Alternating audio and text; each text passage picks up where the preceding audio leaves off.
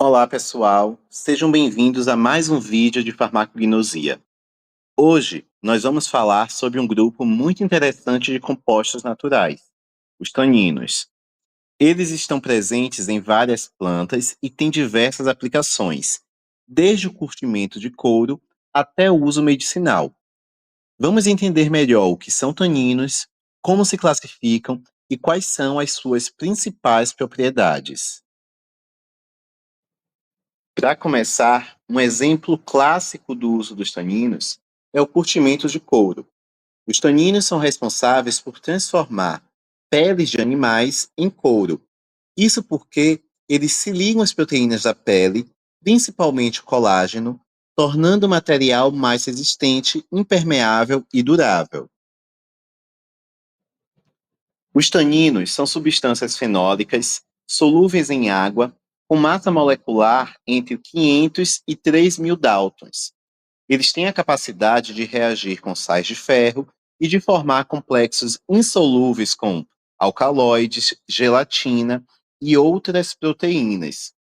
Essas propriedades explicam muitas das funções dos taninos, inclusive o sabor característico que a gente sente em algumas bebidas.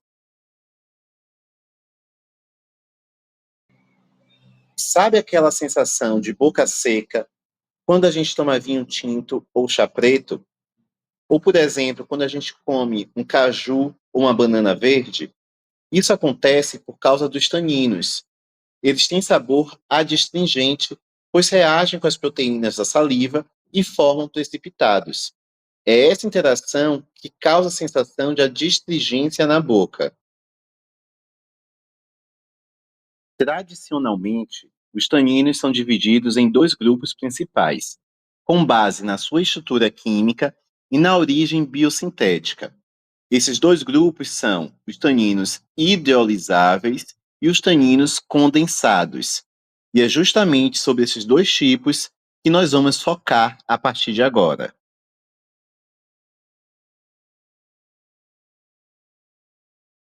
Os taninos condensados são mais comuns em plantas lenhosas, como gimnospermas e angiospermas.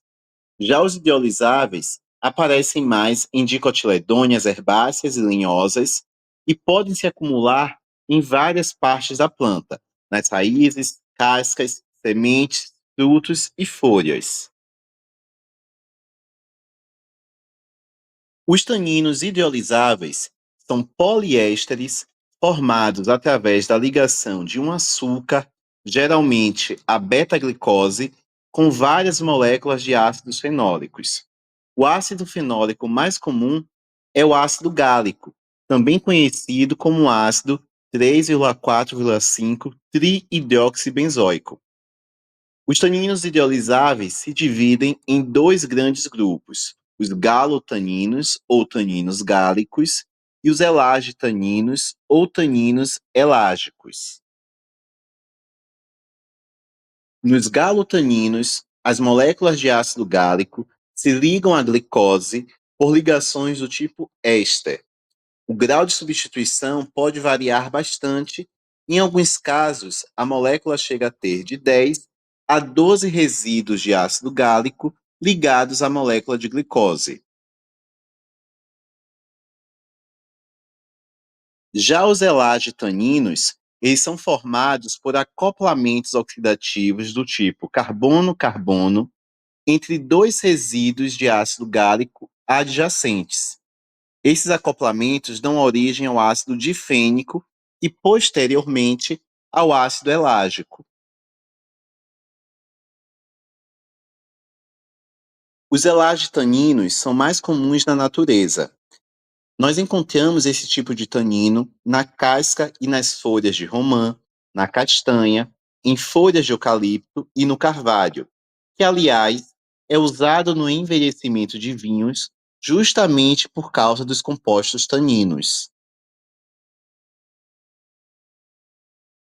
Os taninos hidrolisáveis podem ser quebrados através de hidrólise química ou enzimática, liberando suas unidades estruturais, como a glicose e os ácidos fenólicos. Agora falando sobre os taninos condensados, eles são polímeros de flavonoides formados a partir de unidades de flavan 3,4-diol, como a leucoantocianidina, e também de flavan 3-ol, como por exemplo a catequina e a epicatequina. Essas unidades de flavonoides se ligam através de ligações do tipo carbono-carbono, normalmente entre o carbono 4 de uma molécula e o carbono 8 ou 6 da molécula seguinte.